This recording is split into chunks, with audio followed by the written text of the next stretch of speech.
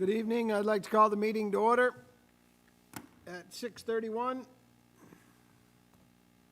As customary, the first board meeting of the new year, the meeting gets turned over to the superintendent.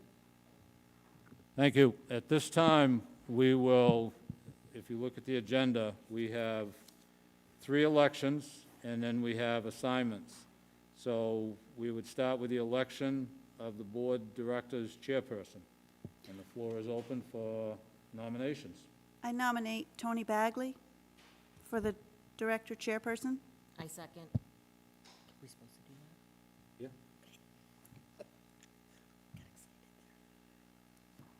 If there are no other nominations, I need a motion to cease nominations.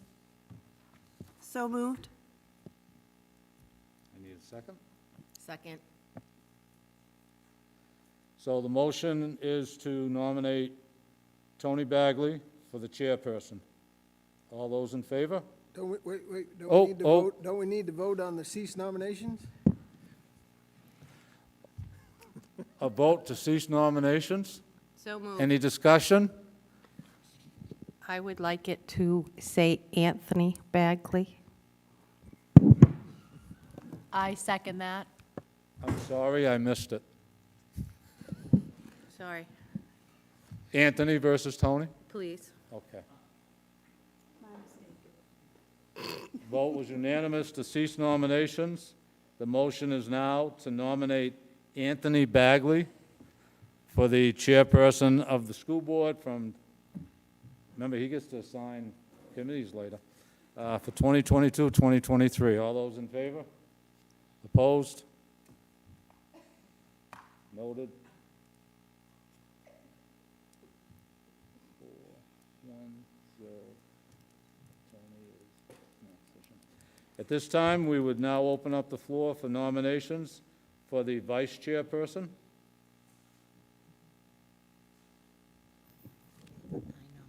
I nominate Chris Braga.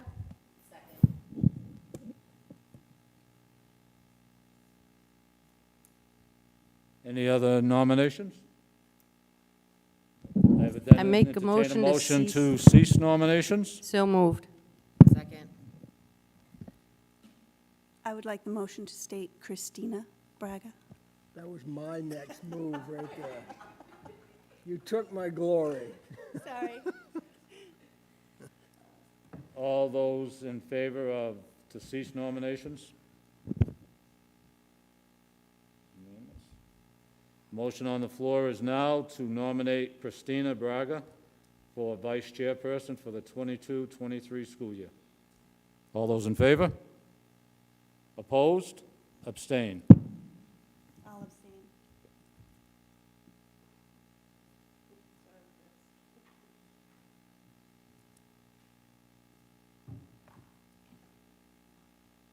Next is a motion to nominate 2 school board members for the Finance Committee. Now, it's open for nominations. I'd like to Motion. nominate Anthony Bagley. He's not a board member. And do you have a second, Christina? Second. No, Oh. a second nomination, there's 2. Oh, I'll nominate Christina Braga. Can I have your middle name, please?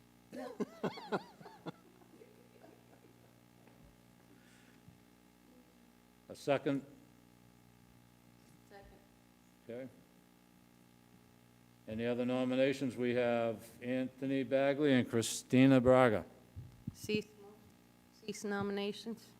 A second for that, please? Second. All those in favor of ceasing nominations? Thank you. The motion on the floor is to have Christina Braga and Anthony Bagley on the Finance Committee. All those in favor?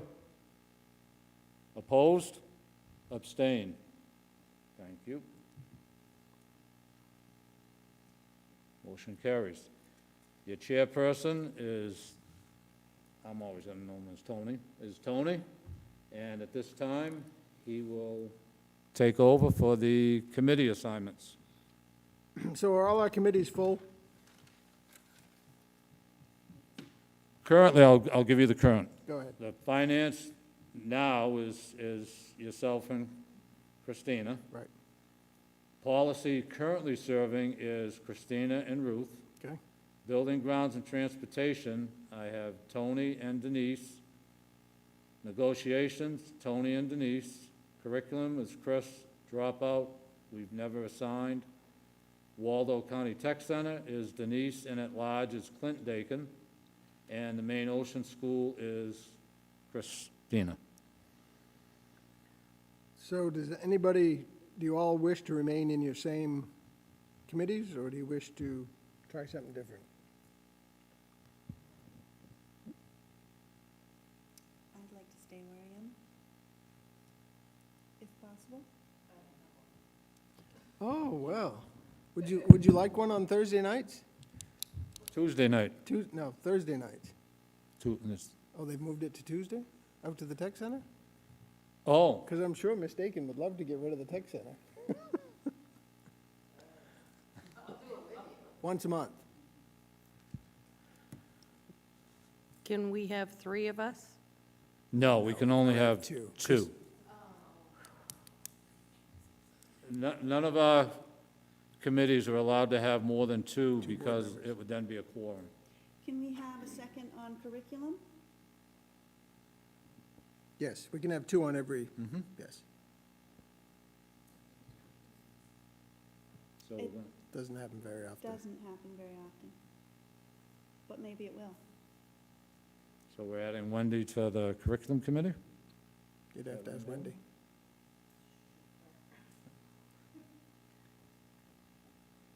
So would you like me to read those again? Yes, please. Okay. Finance, we know, that's already been voted on. So policy will be Chris and Ruth. Building and grounds would be Tony and Denise. Negotiations will remain Tony and Denise. Curriculum will be Chris and Wendy. Dropout will be determined if we have a dropout committee meetings. The tech center currently will be Denise and Clint. Clint's are at large.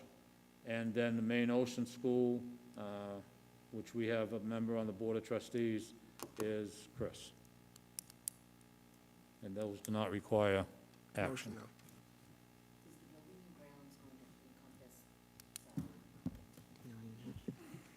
Does buildings and grounds cover like safety and security and all that, or is that going to be a different committee?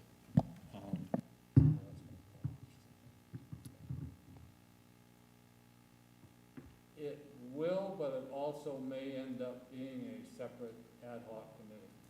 Yeah, that's what we're in the process of. I'm getting ahead of it. The answer is both, yes, and it will probably end up being an ad hoc committee as well, which we would then come to the board for members to serve on that. Thank you. Moving on, adjustments to the agenda this evening? I do, I have two, and they're both under new business. One is an addition, that would be letter H, and that would be consideration of the 8th grade key of leadership, and I will give you that when we get to that. And then the second one is just an addition, so you can put that on the list under the letter F. It would end up being number 8, and that would be Kate Legier for the Title I / GT coordinator for the district. What was the second part of that? Title I?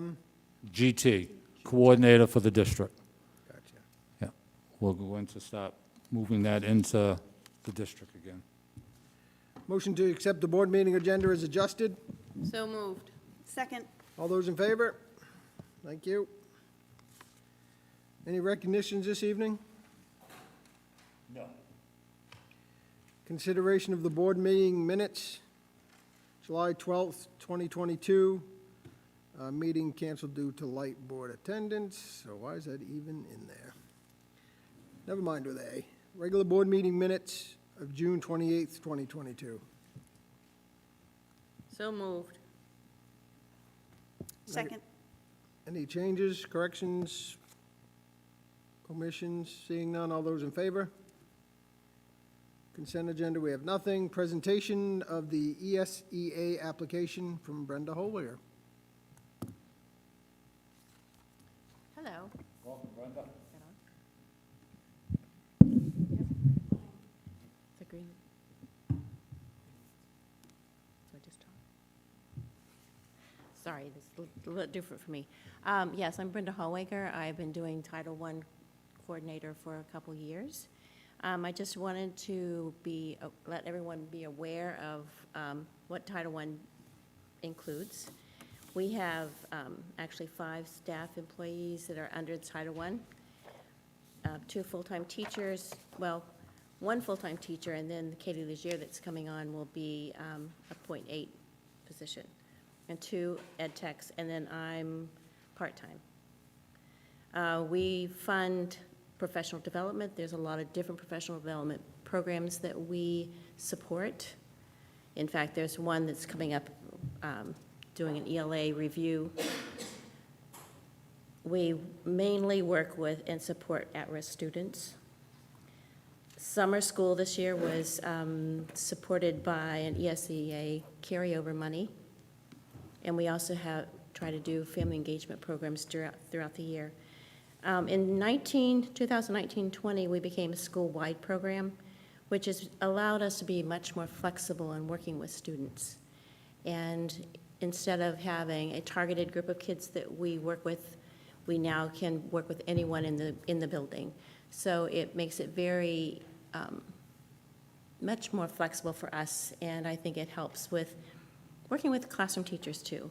That way they can, we can kind of go where the need is and support the classrooms. Some of the programs that we have, you can see on the bottom, PBIS is one of the programs that we support. We do a lot of intervention I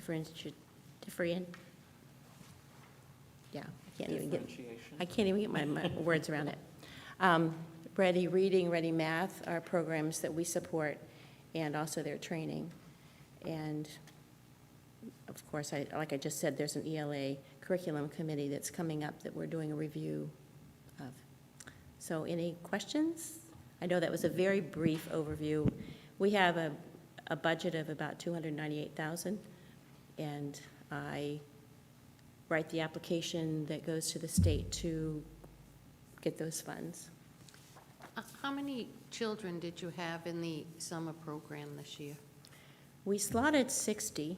I don't know if that exactly came through that many. A lot of times we have invitations that go out, and what we start with the most at risk and the ones that need most support. And as people agree to come or not, then we go down a list. So we have kind of like a priority list. And did you do that a half a day? Yes. Yep.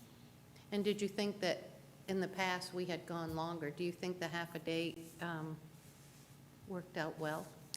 Well, part of that was funding.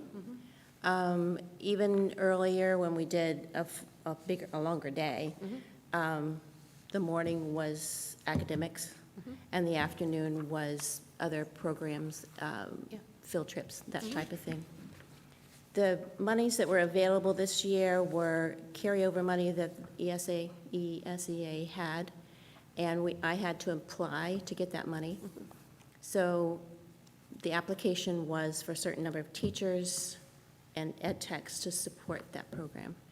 We didn't have the money to have extra things in the afternoon. Right. Thank you. Hi. Out of that 298, do you know roughly how that's going to be broken down between the Title I and the GT? Like, is there, We are not part of the GT. okay, Title I will support the new person in 4 days out of the 5 days a week. The GT money is coming from a different fund. okay, thank you.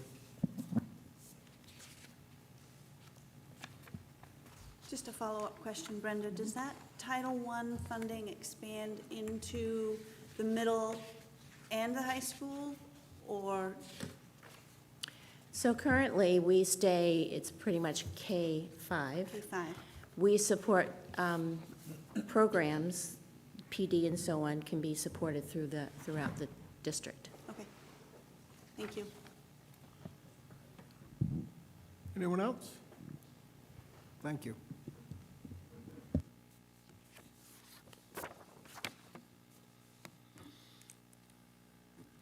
You're up, Bob. School year 22-23 laptop lending agreement review.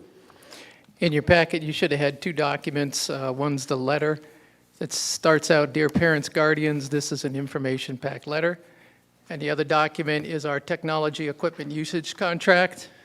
These are the standard letters and contracts we've sent home every year so that we can get parents to look through, find out a little bit more about the damage coverage, and some FAQs on the back of the second page.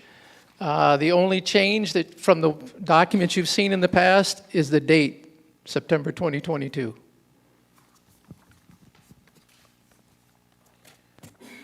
I'll make a motion to accept the lending agreement review for the 22-23 school year. Second.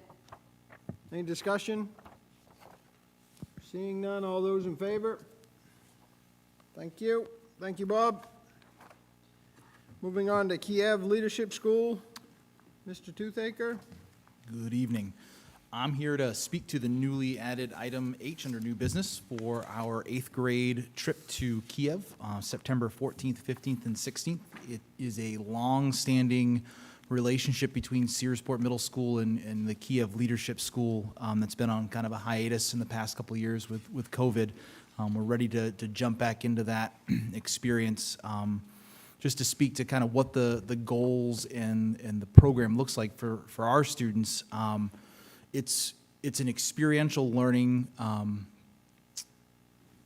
opportunity for kids over 3 days, 2 nights on their campus to engage in an interactive curriculum. It looks a lot like play, but they're having really deep conversations around communication styles and leadership, healthy risk-taking, breaking down stereotypes.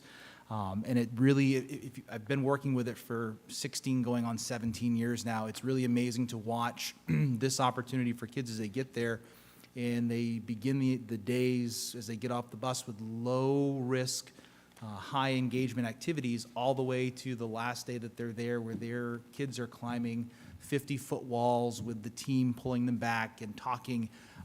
It's a really powerful experience, and what we're looking to do is take that experience and embed that back into our advisory program as an anchor for those activities. Attached with our Rev grant, we're looking at approaching Kiev to take part in their educator and residence program. So 2 of their staff members who were with us during that 3-day experience, during their low time, slow time in the winter, would be here on campus working with kids through the advisory program.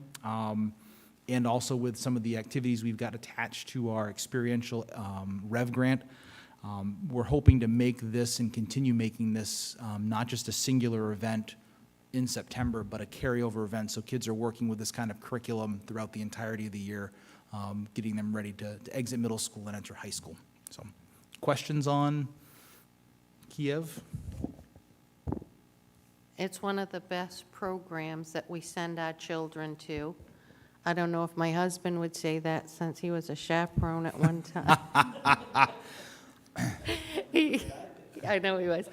But it's an experience they all should. I wish all the kids go. I know we can't always make them go, but it's one of the best programs we can offer our youth. Thanks. We were able to, last year when they began to kind of phase back in their programming, they were doing off-campus outreach programs, and we were able to bring them on campus here for a day to work with what are our freshmen this year and the 7th graders from last year. So it was a really great opportunity. Yep. Yeah, I'm really excited that it's back.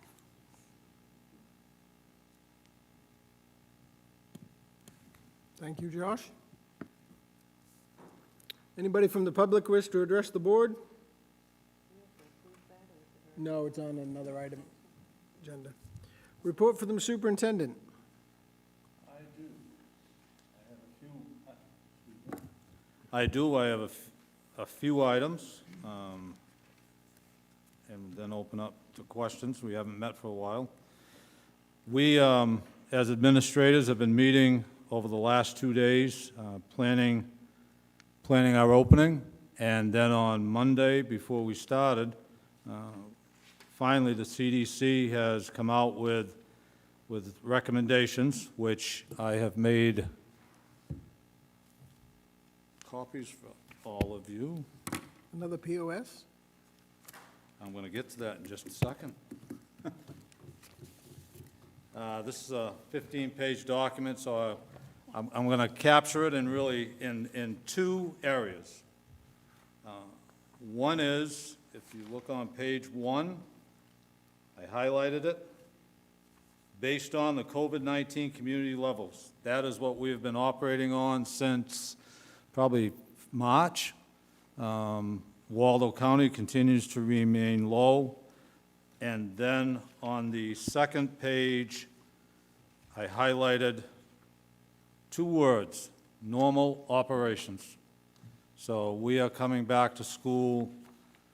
Some people are saying pre-COVID. I don't like to use that term. I like to say we're back to our normal, welcome the kids. Teachers are meeting the kids. We're not wearing masks unless people want to. Obviously, that's something that we're not going to stop.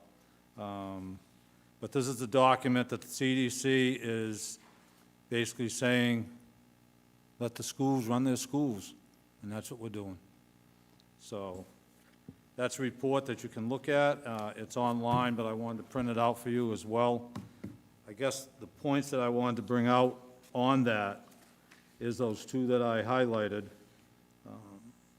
And in that, you'll also see it says a core set of infectious disease prevention strategies as part of their normal operations. We have those in policy. We've always had those in policy because COVID is not the only thing that we deal with when it comes to infectious diseases in school. And that RSU 20 will open under the operational procedures as we close this past school year. And if you can remember when that end of the school year, folks are very happy being able to actually see smiles and conversations and that type of stuff. And the one thing that we will ask is please, if you are feeling ill, stay home. It could be a flu, it could be a cold, it could be just, that's the thing. The second point that I want to bring out is that all of our ESSA grants, we call them E1, 2, 3, require information to be provided to both the board and the public about how we're planning to come back for the school. That's what we've now done in number 1, that per the CDC recommendations, we will post this on our website so that people can look at it, and that we have no revisions are recommended from the RSU plan that we close school with. So we're excited. I hope you all are too, to get back and see our kids again this fall. Another point, the Searsport District High School Girls Varsity Soccer Program is running into numbers problems. So we petitioned the MPA, which is the Maine Principals Association, to allow 8th grade girls, if they so choose, to participate at the high school level with no effects on their high school eligibility. They have approved that. We are finding that the numbers are getting low, and we are not at that level where all sports at a school that has low numbers, but we are petitioning on a season-to-season basis. We did it with girls' basketball. It was successful. Now we're facing it with girls' soccer. So, and we have been granted permission. Another one, if you remember, we had lead water testing, and we had 13 faucets or drinking spouts that the numbers were higher than the recommended limit. Those have all been retested. We received the results on Monday. I can safely report that all 13 came well under, so they're down at the minimum, if any. And the reason being is this time, we tested at the 15 to 30-second interval. In other words, you let it run, and that made the difference. But we are still going to replace all 13 of those original spouts and faucets that we had. 13 or 14? I was 13. Yep. So how come that report didn't come out in the paper before it come to a board meeting? Well, first of all, we just got it. Yeah, but even before, it came out before it was even, Oh, we have it, so that's good news. But we do want to, we are going to replace those. Just a second, there was, I guess it's when we get to Camp Kiev's the other handout I have for you. The other thing I want to bring to your attention is that we as administrators, and then working with our staff, we established 3 goals at our meeting that we want to pursue, both as administrators and the superintendent. And I'm going to give those to you in a way that there's really 4 words. One of the goals has 2. First is safety. We have been listening, and we listen very hard to what's been happening with regards to concerns and questions with regard to safety as a result of that terrible, terrible tragedy down in Texas. We've reviewed the report, we've reviewed the videos, and we are looking at it from an educational aspect of what can we do in our district to make people feel safe. And we have met with Paul Biddle, who is the Sears Board Emergency Management Director.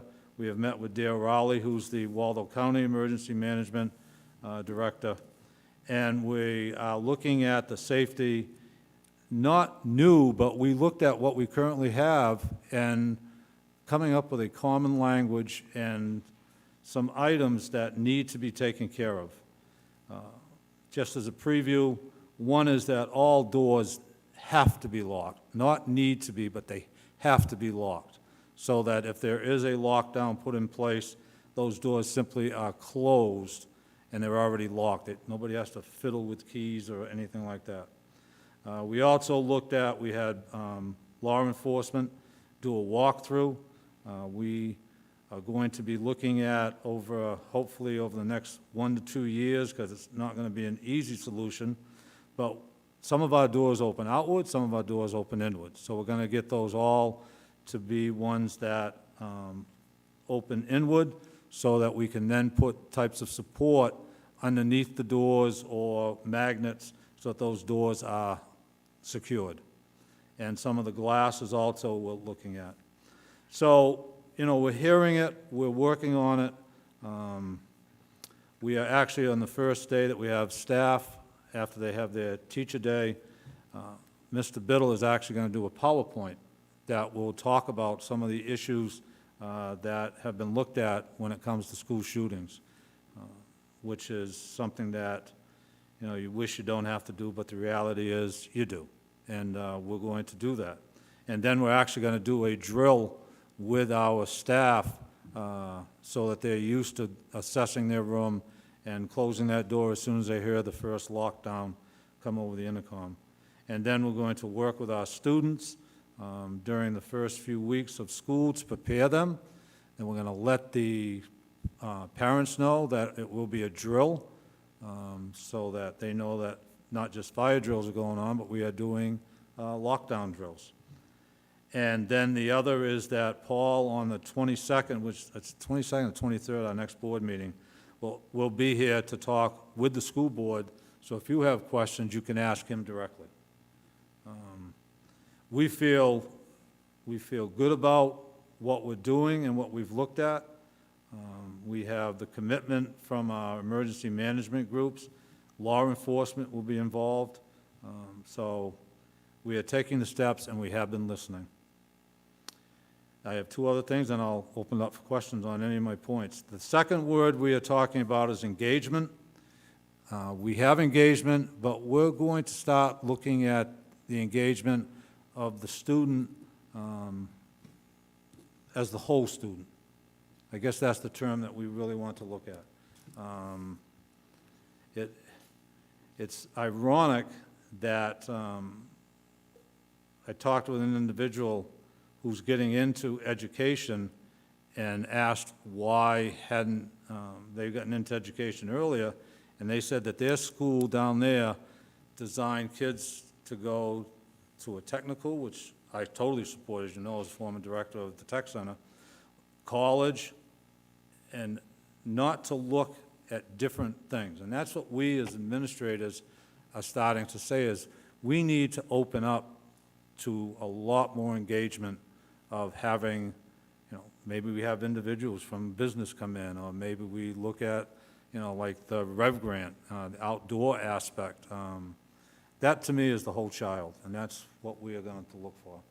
And we're not going to be restricted who we can bring into this building, which is great because we've got professionals out in the community that can come into this building and work with our kids, as well as, you know, I'm old-fashioned, as you can tell, with the white hair and my age, but the 3 R's are there.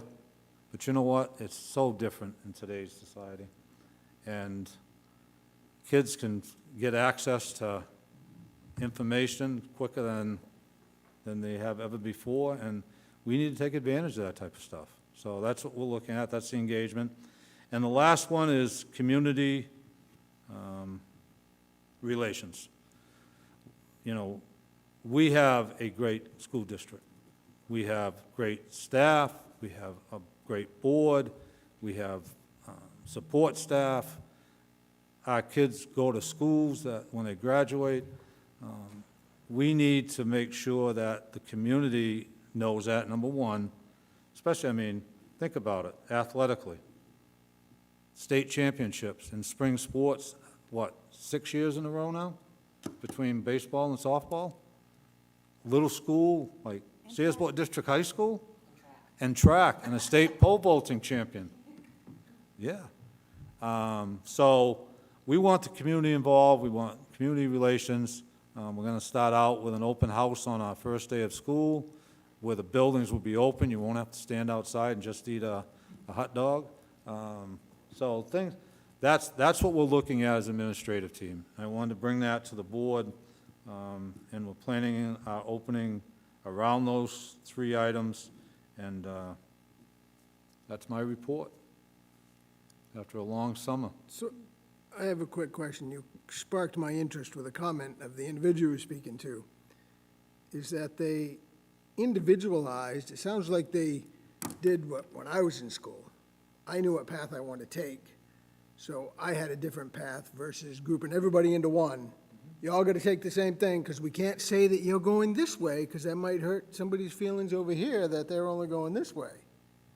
So it sounds like we're kind of taking a full circle back to the student's need individually instead of everybody as a whole? The answer is yes, and I've got Thank you. I've got Lisa here, I've got Tenny here, I've got Josh here, I've got Bob here. Thank you. I have a question. I don't know who to direct it at, but these make me happy.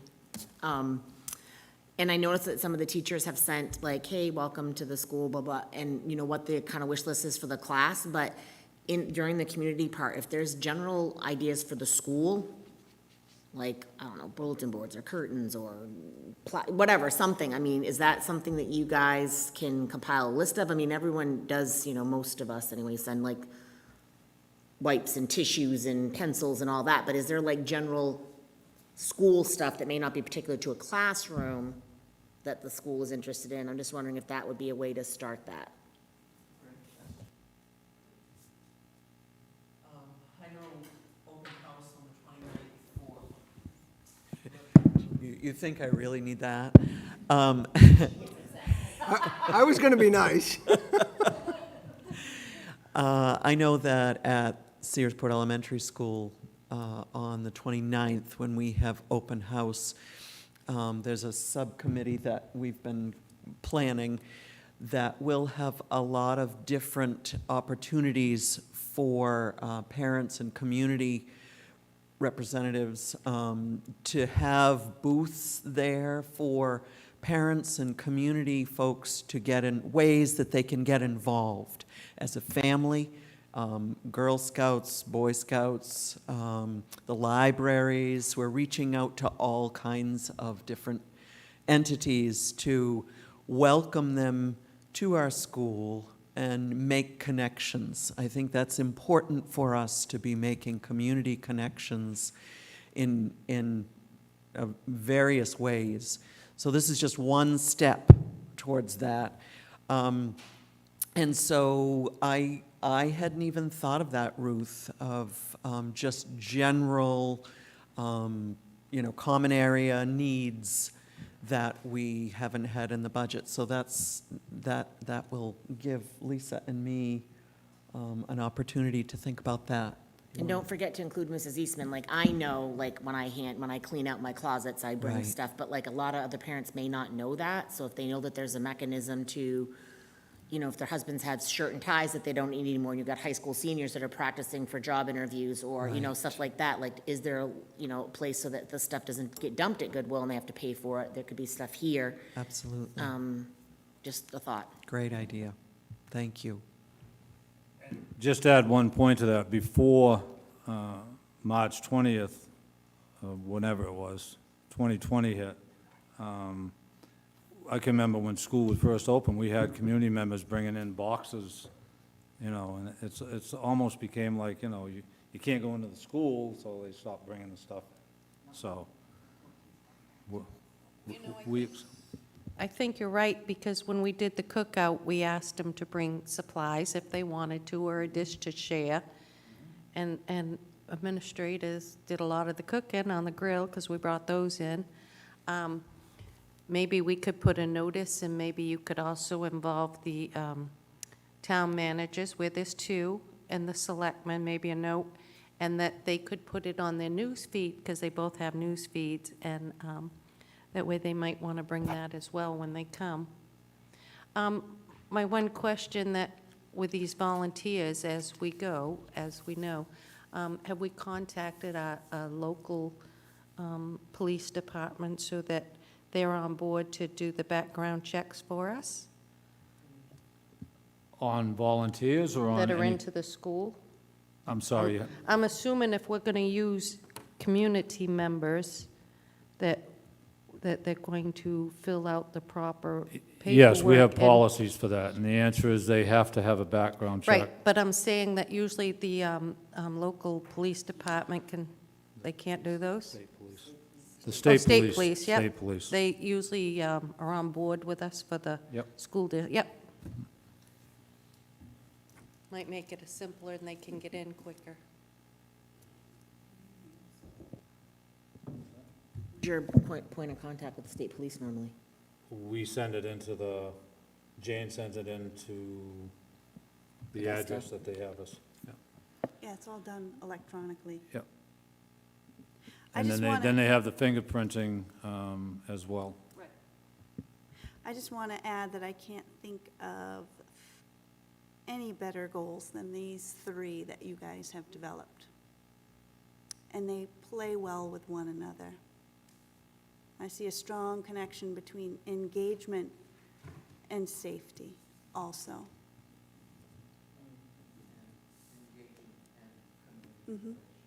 Absolutely. I think that'll be a big plus, not only for the schools, but the community as a whole. And it's something that I personally have been looking forward to for a long, long time, because they're the backbone of us. As a district, they're the backbone. They pay the bills, they're the backbone, and we need to involve them as much as we can.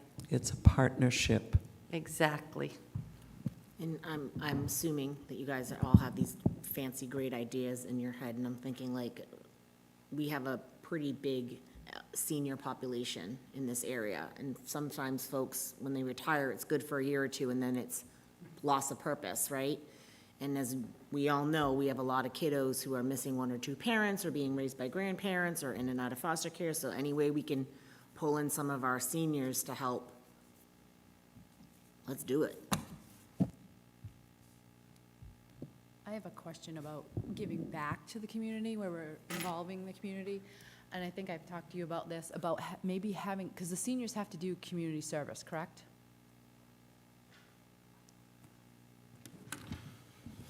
High school students, as a part of their graduation requirements, have to, this year, have 10 hours of service learning components. And so what that's different than community service. Okay. Service learning is taking the curriculum that they're presented with and then developing a project or some sort of way to interface and interact with the community. So there's that component, which does look like community service in some points. Okay. That's not to say that students aren't doing community service, because we have lots of kids who are Yep. in other organizations, but that's a prime focus. And hopefully, by the time that these sophomores are graduating, the requirement will be 20 hours, and what we're working really hard for the next coming years is embedding those service learning opportunities within the curriculum. So students, just by virtue of attending Searsport District High School, have to, and that's just part of who we are.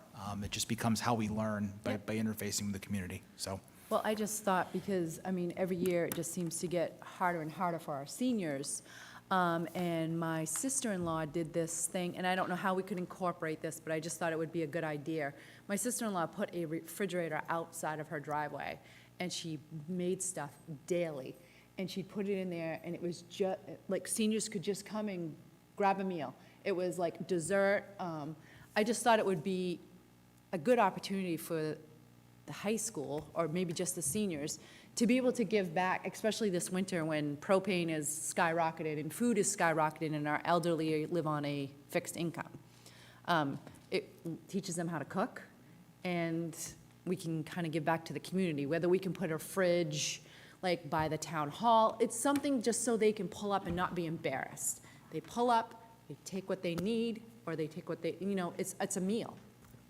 I just think. We have events, we used to do those. Remember those days when we did that?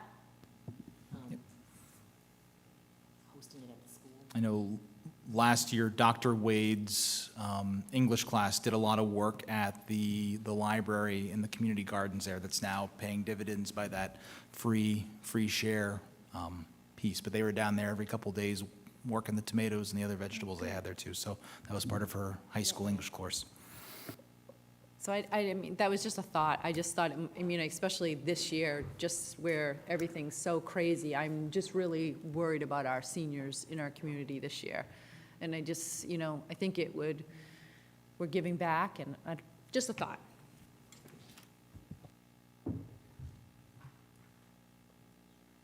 We'll move on. Committee reports, we have no committee meetings to talk about. Finance didn't happen today. Old business, safety committee updates. I put safety committee down there because we've been working as groups to work on our safety. I sort of gave you a preview of it, but under this, just so you know, over the summer so far, on July 12th, I attended the Waldo County Emergency Management Agency meeting of all the district schools, RSU 3, RSU 71, and RSU 20. That was run by Dale and run by the department over there. And, you know, we're having another meeting, well, is it Wednesday or Thursday? We're doing a incident command through, I forget what the name of the title is, but it's part of the safety program. And then we're having another meeting of this group the following week, which a lot of it deals with communication, things of that nature.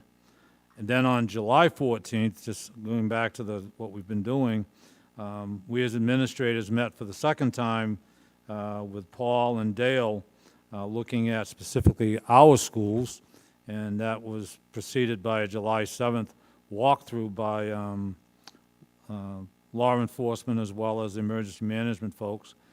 And then the last 2 days, we've been working together as an administrative team to develop the beginning of a revised safety plan, which would have pages that are real quick and to see, and to make sure that when subs come in, they're aware of it. I met again with Mr. Biddle yesterday to prepare our PowerPoint for our staff on the opening. We went through things of that nature. So I guess we have been working on it. Those are some of the dates.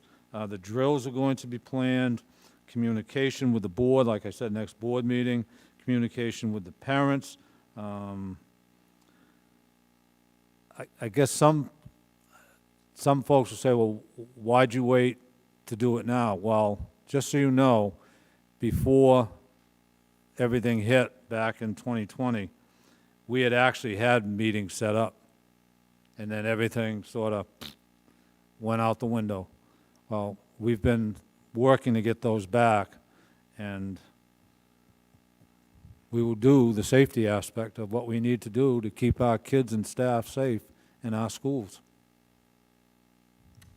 Have we identified doors that don't consistently lock or don't lock? Like, have we found if there are any of those? Because I know that the elementary school, some of those doors were not always locking, like the front door locked or the back door didn't lock, that kind of thing. Have they identified doors that don't properly lock yet? I will tell you that Josh Brady, our maintenance director, has gone around and replaced doors already, as well as locks.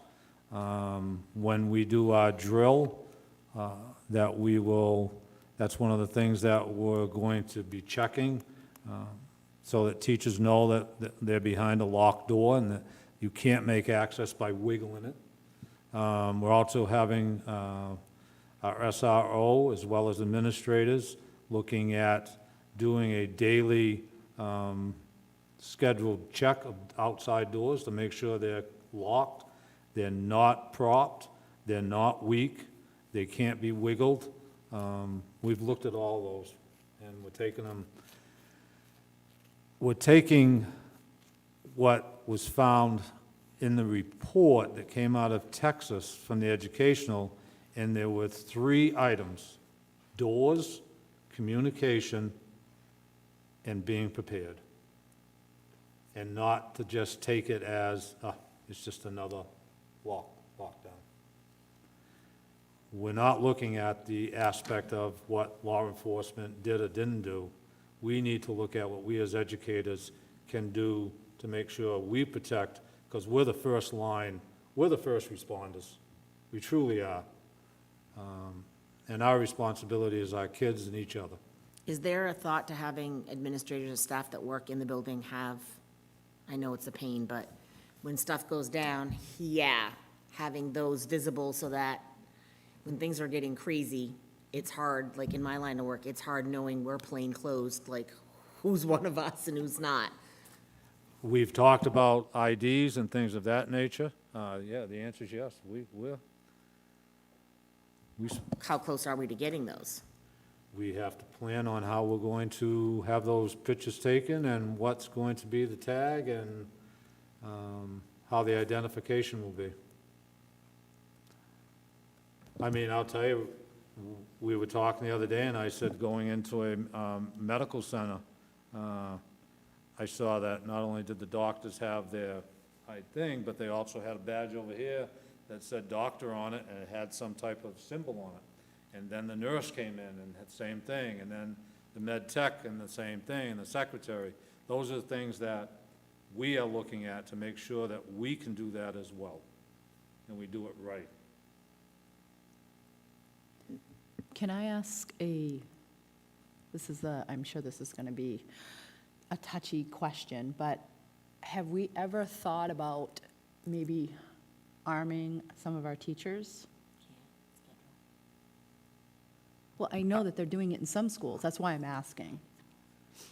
I'll respectfully give you 2 answers. Okay. One will be the official answer, and the second one will be my answer.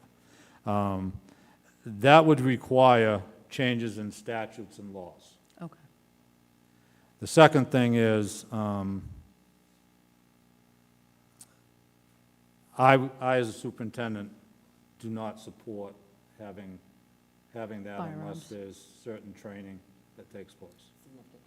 Well, yeah, I mean, I'm not just saying arm somebody, I mean, obviously, training and, but I'm sure there's teachers in our schools that already have firearms training. Well, probably not to you. Again, respectfully, I will go Okay. back to the first one, and that is statutes and laws. Okay, all right, just a quick. I mean, there's other things we can explore. I mean, other schools have had retired, vetted law enforcement officers that choose to, like, they sit out front, right? Like, we used to have Chris or somebody out front. They can't always, just someone as a, hey, there's someone else in the, someone on the property, an extra line of defense. But to arm teachers is not as simple as it sounds to do. And there's also some philosophical issues that come into play and things of that nature. So I think that, though in my little world, I'd love to see something more formal, but these mechanisms here and the public knowing that we are doing this stuff reduces our risk significantly. And being clear and consistent, like, you don't get into the school without an ID. You forgot your badge, you need to go to the principal and get a temporary badge. Remember, you need, like, there are certain things like that that will really, really minimize. And it's gonna take some practice and some consistency. But, in a situation, if you don't have someone that's, there's statutes all over the place about schools and firearms, but I don't think any teacher would want to be in a position where they say, I took an 8-hour class, I'm comfortable, I was overcome, and the shooter took my gun and used my gun to kill students. So I think there's other ways, as much as, I'm pro-firearm, I have several, I don't know that that's the topic for today. I think buttoning down the school, getting those cameras, getting the teachers and the kiddos and the law enforcement community aware, that's right now something that we can do immediately and we can pipeline down the road. I think we should become a coffee and donut shop for Waldo County Sheriff and the state troopers once a day that they stop in here. That would look like we are fully staffed. And like I said, there are some states across the country that have, it doesn't make any sense why this isn't like a federal grant or something, but that have volunteer vetted, background check, psych eval kind of folks that say, I will volunteer to sit out front of the school. Or do those checks, right? Because you can't leave a classroom full of 20 kids while you're checking the doors. So like people that could do that, I mean, that's ways to include. We have a lot of retired police officers and vets in our community that could be helpful in those mechanisms, in those ways.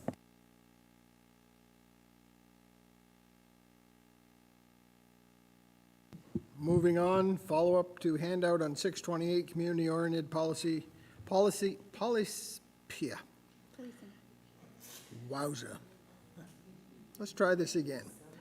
Follow-up to the handout of 628, community-oriented policing services, COPS, that would have been a lot easier.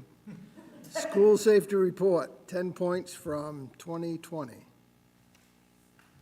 Right, we have that on the agenda in old business, because I had handed out that report, and folks, I didn't obviously expect you to read it while we were sitting there that night, but if there's any questions, we wanted to have that on the agenda for follow-up.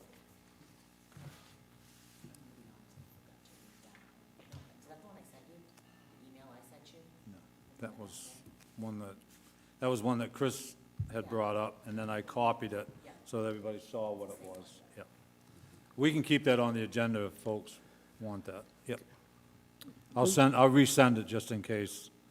I'll make a note. Moving on to new business, approve of amended Board of Directors meeting schedule 22-23. Second.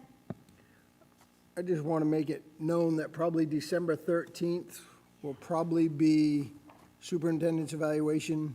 Typically is the first month of December. And do you really honestly think we're going to be here on the 27th? That was my question too, the 27th. I got an idea, I know where you're going to be. It's not going to be in Maine. Probably not. If you take it off the schedule, but definitely I'll be headed to Tar Heel State. So do you want to amend your motion to remove December 27th? And I will second that amended motion. Do we need to change December 13th from regular board meeting No, to something different? just in case we have something that needs to be approved, we always Okay. leave that open. Yep, okay. Any more discussion? So the motion is to approve the calendar with the removal of December 27th, 2022 as a special board meeting. What was a special board meeting for?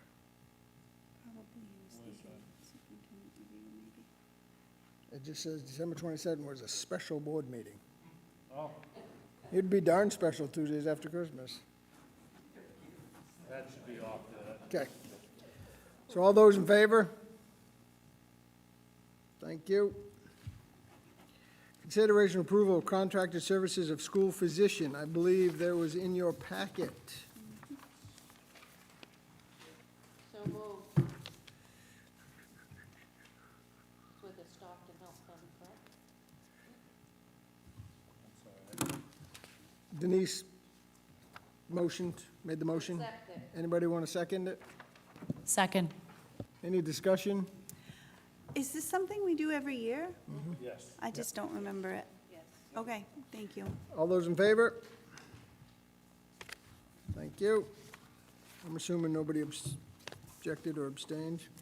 MSMA proposed resolution packet. It's the one with all the yellow highlights on it. That is informational. As you know, in October, there will be a live, in-person Maine School Board, Maine School Management Fall Conference, in which a delegate or 2 delegates from our district may attend, and they will bring these resolutions up for vote at that time. And this, they provided it earlier so that folks could see what those resolutions would be. It does not require any action tonight, Tony. Do you have the dates of that conference? Yep, just.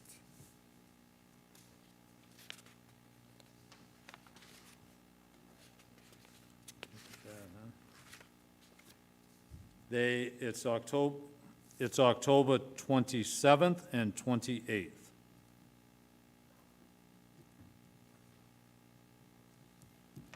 And it doesn't have to be just 1 or 2. Anybody could go from our school board, right? Yes, but as far as delegates voting, you have to name who the delegates would be. Oh, right, the delegates, yeah. That will come out, we'll get the forms, usually we get them towards the end of August, 1st of September. Where is it going to be held? It's held at the Augusta Civic Center. So it won't be virtual this year. It'll be in person? It's in person. Yep. Moving on to D. Is anybody opposed to taking these all at once? Seeing no opposition, I'm going to read this in a form of a motion, so I'll just be looking for a second. Consideration of the approval of fall coaches: Jeff Golder, middle school, high school cross country; John Fry, boys varsity soccer coach; Dustin Nato, girls varsity soccer coach; Charles Robinson, boys, middle school boys and middle school girls soccer, 2 separate teams. Second. I have a question. Go ahead. Do we have enough middle school kids for 2 teams? And, Based on the numbers that we saw at the end of last year's soccer season, yes. okay, If we need to adjust, there'll be a conversation with the Bus Line League about switching our schedule from the single teams down to the co-ed team schedule. and is this, I didn't see anything on him, on that coach. Is he new? Okay, so, okay.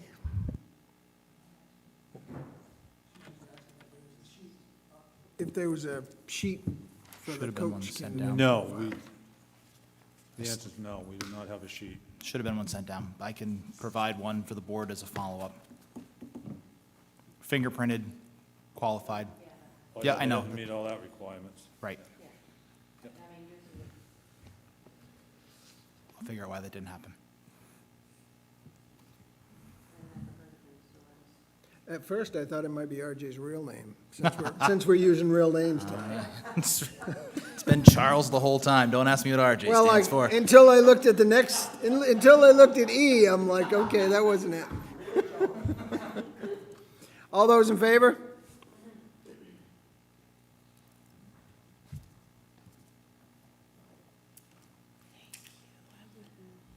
Same thing with E. Consideration of approval of fall volunteer coaches. R.J. Robinson, volunteer boys varsity soccer. Otis Nealon, volunteer for boys varsity soccer. And Heather Nadeau, volunteer for girls varsity soccer. That was in the form of a motion. Second, Any discussion? Question. Yes.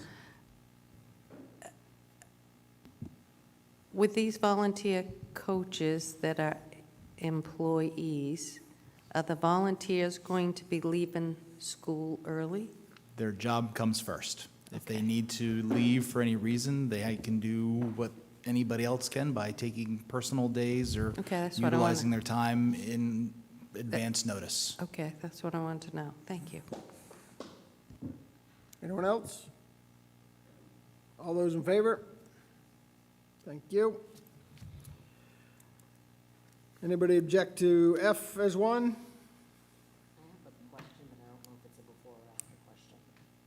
Go ahead. And I don't know if it's a question I can ask, so I don't know if I need to ask you. I just have a general question on, sorry, Deanna. I know we don't talk specific persons, but if someone does not have a certification, it's emergency conditional, I would just like some information as to how long they have before that has to be 3 what? 3 years. A conditional certification in the state of Maine, whether it be an emergency or a conditional certification, you are allowed 3 years to meet the requirements that the Department of Education / Certification Office has sent. So do we know when we bring someone, like, how much time each person has already used of that 3 years? The answer is they have to provide a copy of their certification, and it says on there when it starts and when it ends, if we're talking conditional. If it's a professional, it's a 5-year. So that's how it's done.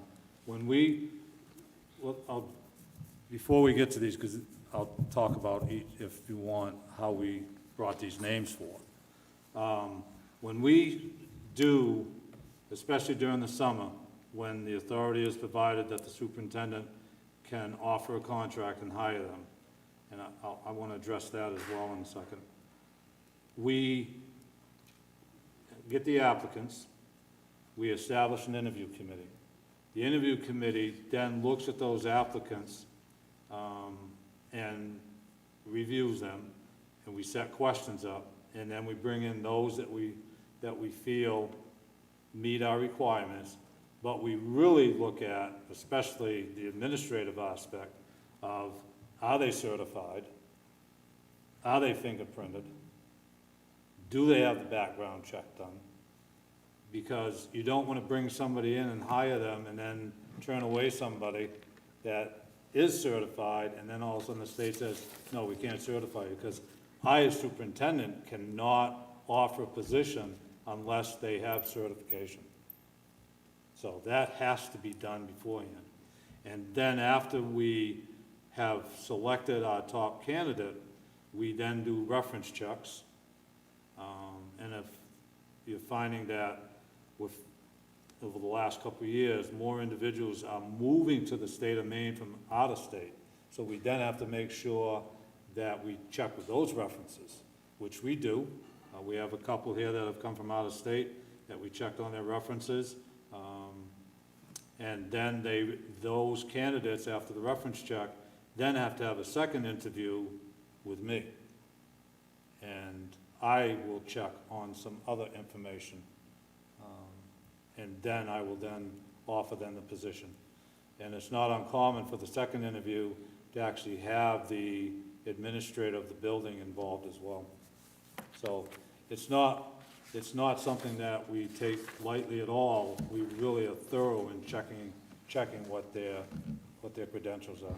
One last question. Yep. And What's the difference between a professional endorsement and a certification? Just because, Certification chair. Former, correct. Josh, can you? No. A candidate who is conditionally certified is one who has not met the main DOE's requirements yet. And that is they have to prove that they have to meet Maine's 10 teaching standards with a mentor for 2 years within our district. But they have 3 years on their conditional endorsement to meet those standards, and to meet those requirements set forth by the state. And that may include taking courses. For instance, if a candidate has a bachelor's degree in, for instance, chemistry, to be able, they can be conditionally certified, but they also have to meet the state requirements of taking courses like teaching English language arts, teaching science, teaching math, those kinds of teaching courses. So that, Methods. They used to call them methods. right, methods of correct, instruction? Okay. correct. And so once they have met those requirements, then they can apply to the state for a professional endorsement, a professional certification. And once you have acquired professional certification, then you're within a 5-year cycle where you need to take 90 hours of recertification. That can be 2 courses that directly apply to your field of study, or you can, we have 12 venues that teachers may earn their recertification hours. So conditional emergency is the lowest standard, professional endorsement, and then certified, regular old certified. Professional endorsement is what teachers acquire. Thank you. That's what they strive for. And if I'm not mistaken, Tenny, every teacher starts out with a conditional certificate, which evolves into a professional certificate after they have a couple years under their belt and within a mentorship program in their school that they're working. So it's not Correct. uncommon to have conditionally certified teachers. They're just new teachers who haven't gone through that program of mentorship to acquire that professional endorsement. Correct. It's And we like have, residency. right, and we have fewer and fewer candidates applying for positions. I mean, we all know that there's a teacher shortage. And so we do, if we sit on these committees, hiring committees, we do our very, very best to find the very best candidates who apply for our positions. And I think one of the things that's misleading is that in the last, is it 5 years? Maybe it's less. The state used to give out 1-year provisional certificates. And that meant that that individual may have to take 12 credits plus something else, and it was just burning them out. So the state then changed and said a 3-year conditional certification, and if there's other things you have to take, they give you the list. That way, new teachers or people coming from, and it's still new, but coming from a different profession, have that opportunity over that 3-year period to get certified. And the other item that the state is they've gone to all electronic. So now they send them in, and it was ironic, 'cause I was on a Zoom with the commissioner and other regional presidents, and right now the state of Maine is actually leading the country in the turnaround time, which is interesting, because right now it's 5 to 8 weeks, but they were averaging 3 to 5, and why does it change? Because they got overloaded with new teachers coming in, and they have to analyze those transcripts. So is there still a national certification? There is. Yes. So do... It's very rigorous. It is. So can the state align themselves, say, like New England certification? Do states do stuff like that? Like if you come from New Hampshire, you've met the same? I mean, I think it'd make it easier. So say somebody wants to come from Georgia, they have a certification in Georgia, but Maine says that their certification doesn't equal theirs, so they're like, well, I'm not moving to Maine because I'm not going through that crap again. Unfortunately, the answer is yes. Maine does not have reciprocity with the other 50, all 50 states. I think it's 40, it's in the 40s. Hence the reason we can't find any teachers. Well, yes, I will tell you that Maine, as far as teacher shortages, it's there, it's a reality, but we are not one of the top states. We actually have filled not only, well, I wanted to go, that's the other part I wanted to get to. But the state of Maine is actually in pretty good shape compared to some other states.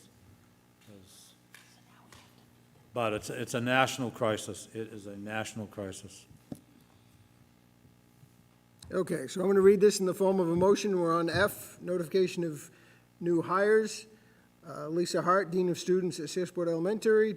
Joshua Brady, Director of Maintenance, District-wide. Jeremy Richards, transferred from Ed Tech 1 to Gen Ed Tech 1 Kindergarten SES. Heather Nadeau, Gen Ed Tech 1 Kindergarten SES. Melora Norman, Vault Teacher, Searsport District High School.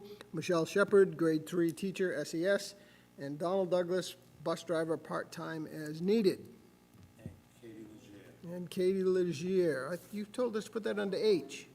Title I GT coordinator. Oh, over here. You're right. Oh, I'm sorry. Katie Legier, Title I Gifted and Talented Coordinator. I'll second. That was my fault, should have been under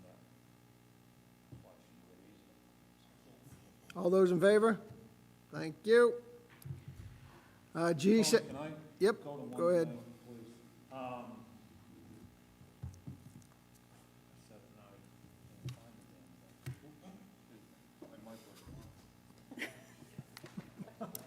Your voice carries, Mr. Downing.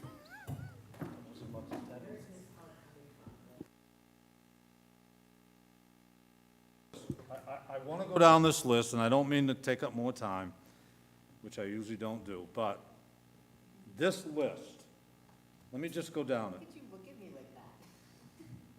Because I want you to see it. Ready? SES Principal, Tenny. SES Dean, Lisa. Title, GT, Kate. Director of Maintenance, Josh Brady. We had a transfer in kindergarten.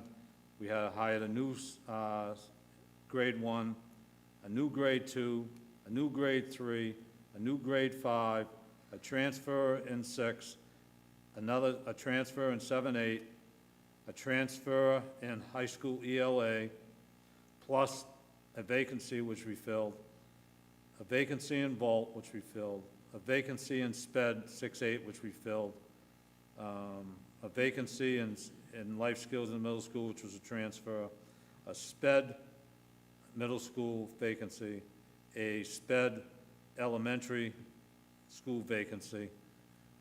We filled all of those. We, right now, as a district, have a high school guidance position, and if you want to go to service schools, there are close to 60 guidance vacancies in the state of Maine right now. 60. Burnout is the biggest reason for that right now.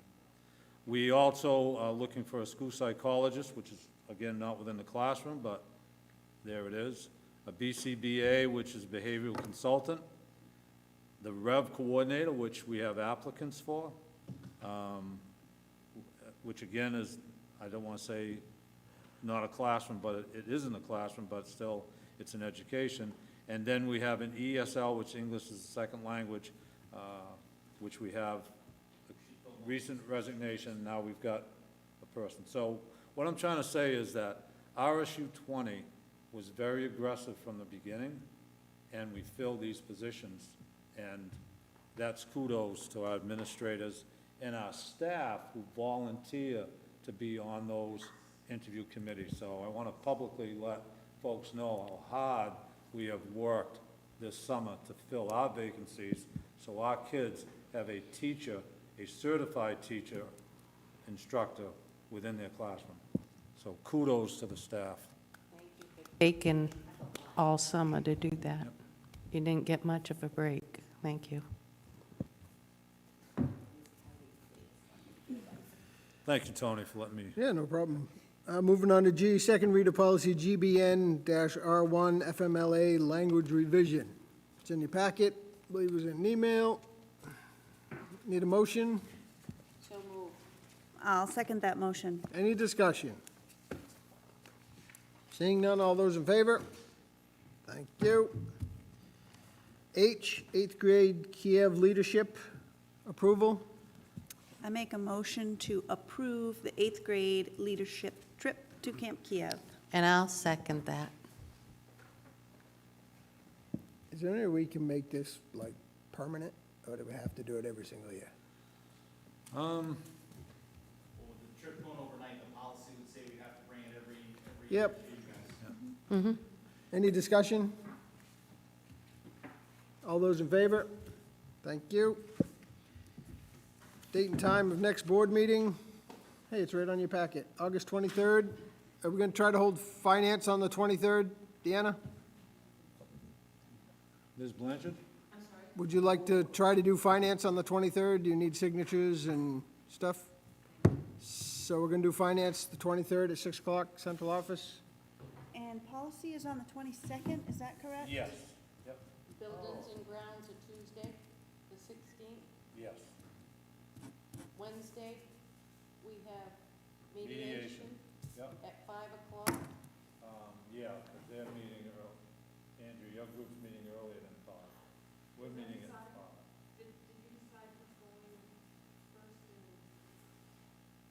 Think-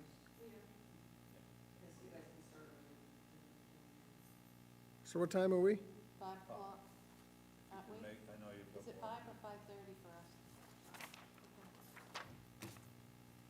Let me put it in my calendar this time. Yeah, why don't you? Since it's 9:30. Nothing like a text message at 6 o'clock, where are you? Huh? Motion to adjourn? So moved. Second. I don't think I have to ask. Thank you.